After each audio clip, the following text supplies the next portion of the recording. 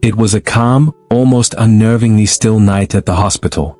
The dim glow of emergency lights painted long shadows across the pristine, whitewashed walls.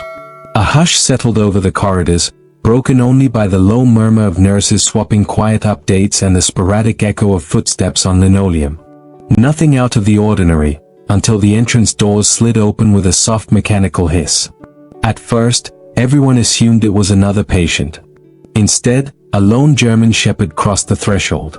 His fur was caked in dried mud, his eyes sunken yet unwavering, holding a mixture of fatigue and fierce determination. This was Max, a former K9 officer who had once stood beside law enforcement through chaos and crime scenes. Now he moved deliberately through the corridor, something gently clutched between his teeth. It was a bundle, shrouded in a faded, time-worn piece of cloth.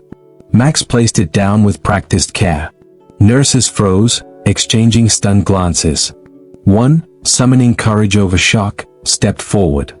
As the bundle was slowly unwrapped, the air seemed to be sucked from the room in one collective gasp. A newborn. Pale. Barely breathing. Tiny limbs trembling with each weak breath. The cloth was damp and dirty, and the infant's chest rose with irregular rhythm. "Oh my God, it's a baby," one nurse whispered, voice cracking. Suddenly, the hospital's quiet was replaced with a flurry of motion. Monitors beeped to life, carts rolled in with equipment, and the emergency room transformed from serenity to a battlefield. Every second mattered. Doctors barked instructions, nurses moved with precision, and amidst the blur, Max stood quietly near the entrance, watching. He didn't whine, didn't growl. He simply stared, at the child, at the team, his eyes pleading in a language beyond words. Experienced professionals, hardened by years of trauma and crisis, found themselves shaken by the surreal scene, a dog delivering a baby to the ER. Check vitals. Heart rate. Get oxygen flowing, now, a doctor called out. The cloth was pulled further back. The baby's skin was icy and dust-covered, the shallow breaths frighteningly spaced apart. Severe dehydration. Malnourishment. "He's in critical shape," said the lead physician. A nurse rushed to secure N4 while another adjusted oxygen levels. The heart monitor responded with a weak, sporadic blip. A hush fell over the room, broken only by the rhythmic hum of machines and quiet commands. And still, Max waited. He remained rooted by the door, his gaze tethered to the infant, his body motionless but alert. His composure was eerie, calm, poised, purposeful. A nurse whispered in disbelief, "How did he even know to come here?" No one could answer. But somehow, Max had acted with urgency and intent, as if entrusted with a life-or-death mission. The baby's vitals began to stabilize, ever so slightly. Still weak, but improving, a nurse reported with cautious relief. A flicker of hope entered the room, though they all knew recovery was far from guaranteed. But now, thanks to Max, the child had a chance. Word spread like wildfire. Soon, the police were called. Officer Daniels arrived with his team, taking in the bizarre account from the hospital staff.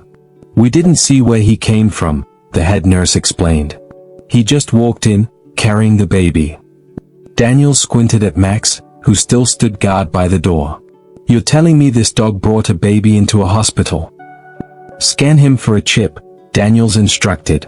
One officer approached with a scanner, but Max bristled, retreating a step, gaze sharp, warning. "This one's been trained," the officer murmured. "Maybe ex-police." Daniels nodded, approached slowly, and spoke softly. "It's okay, buddy." Max hesitated, then let him clip on a leash. "Let's see where you came from," Daniels said, gesturing for his team to follow. Max led them through the sleeping city, his gait steady, purposeful. The flashing lights of patrol cars illuminated silent streets. After several tense blocks, Max stopped in front of a rundown house in a forgotten part of town. The door hung loosely on its hinges. "This is it," Daniels said, his voice low. Inside, the air was heavy with rot and neglect. Max padded through the mess, a sea of overturned furniture, peeling wallpaper, and empty cupboards. At the back of the house, he stopped beside a small door. They entered cautiously. It was a nursery, or what remained of one. A broken crib stood in the corner, surrounded by scattered baby items, a worn-out dog bowl, and a frayed blanket. Max stepped to the crib and lay down beside it, his body finally giving into exhaustion. "He was here," one officer whispered. The rest of the house told the same story: desperation, abandonment, decay. In the kitchen, another officer found a crumpled envelope with a handwritten note. "I can't take care of him anymore. Everything's falling apart. All I have left is Maximum. I trust him to do what I no longer can. I hope one day someone understands." The letter bore no name, but the grief etched into each word needed none. Whoever wrote it had given everything they had left, including their child, to the only being they could count on. The officers continued their search. One elderly neighbor recognized the dog. "She was a young woman," he said. "Always with the baby and that dog. Then one day, she vanished." The pieces began falling into place. The woman had trusted Max with her final plea for help. Later that day, a call came in. A young woman had been seen in a park, alone, disoriented. Officers found her seated on a bench, arms wrapped tightly around herself, eyes vacant. "We found a baby," Daniels began gently. "A dog brought him to the hospital. Do you know anything about this?" Her eyes widened in shock. "Noah, is he?" Her voice faltered as tears poured down her face. Daniels nodded. "He's safe. Still under care, but he's stable." She collapsed in sobs. The paramedics stepped in. As they rode back to the hospital, she spoke in broken sentences. "Noah's father left, right after the birth. We had nothing.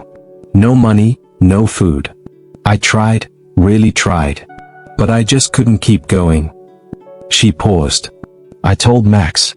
I asked him to save Noah." Back at the hospital, she was brought to the pediatric unit. Max, now lying in the hallway, rose slowly and followed her. Inside, monitors beeped softly. Noah lay asleep, color returning to his cheeks. Rachel dropped to her knees beside him. "My baby," she whispered, stroking his face.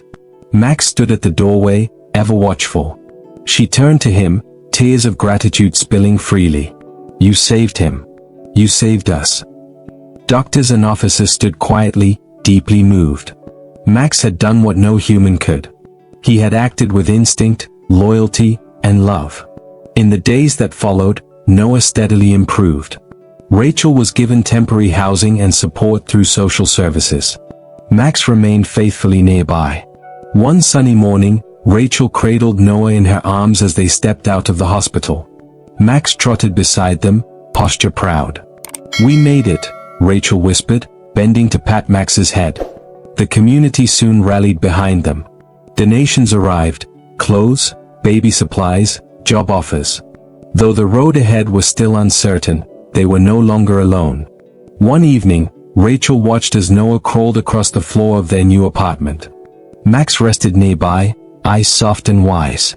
"We survived," she said quietly, stroking his head.